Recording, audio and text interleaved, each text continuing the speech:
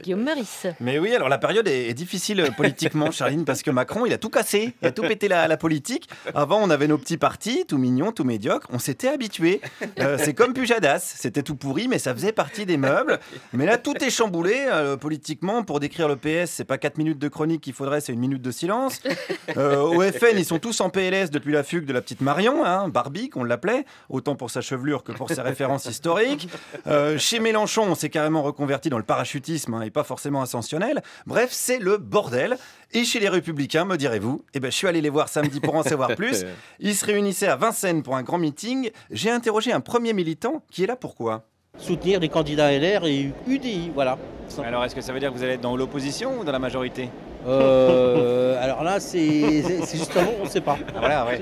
Suivant le résultat, mais enfin, si les LR et l'UDI ont pratiquement la majorité, donc nous serons dans la majorité. Bon, c'est évident, mais... Ouais, mais du coup, ça ne changera pas grand-chose, parce que Édouard Philippe, il est LR.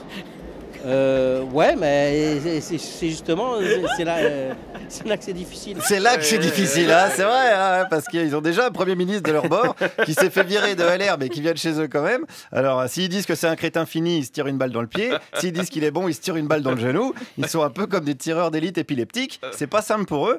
Bon, est-ce que ce monsieur soutient tout de même Macron ? Je ne soutiens pas Macron du tout. Hein. Parce que vous soutenez Édouard Philippe. Tout le problème est là. Oui, tout le problème est là, on les sent pas à l'aise, hein, on dirait Cyril Hanouna à la Gay Pride.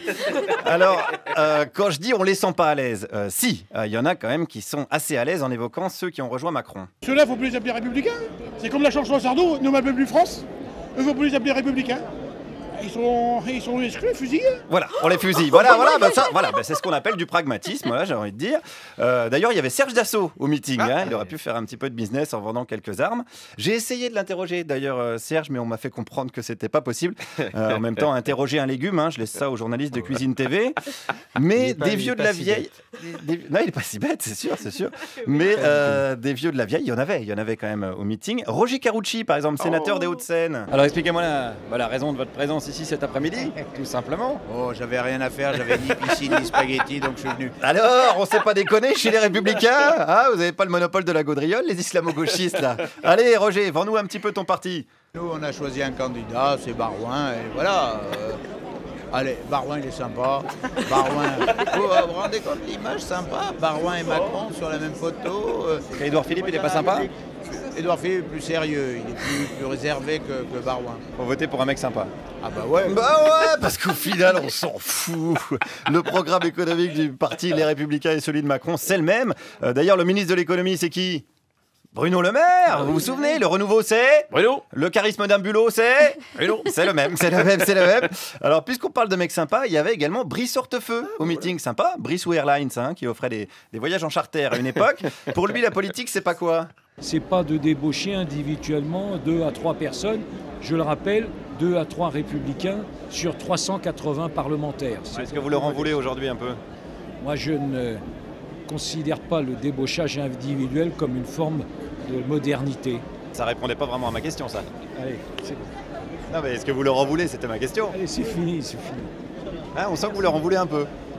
Bonjour. Ah, bonjour, la fameuse technique du bonjour. Je fais semblant de reconnaître Jacqueline, que je n'avais pas vue depuis longtemps. Je dois y aller, je suis désolé. Alors, c'est pas grave, il y avait plein de gens sympas. Il y avait Pierre Charon, autre sénateur. Qu'est-ce qu'il pense des absents, ceux qui fricotent de près ou de loin avec Macron ? Ceux qui ne sont pas là, c'est une faute. Hein. Ah ben justement, il y en a qui sont pas là, dis donc. On sait pas, on les voit arriver là. On est très en avance avec Brice. Parce que nous, on fait partie d'une génération qui est très en avance toujours. Je vois pas Nathalie Kosciusko-Morizet, alors. Où est-ce qu'elle est ? Je ne sais pas. Mince. Je ne sais pas. Elle a un empêchement ? Bonjour madame. Ah, la technique du bonjour madame, c'est la petite variante du bonjour. Elle était très sollicitée, Jacqueline. Mais je vais vous dire, moi je m'en fous de Jacqueline parce que vous savez qui j'ai retrouvé ?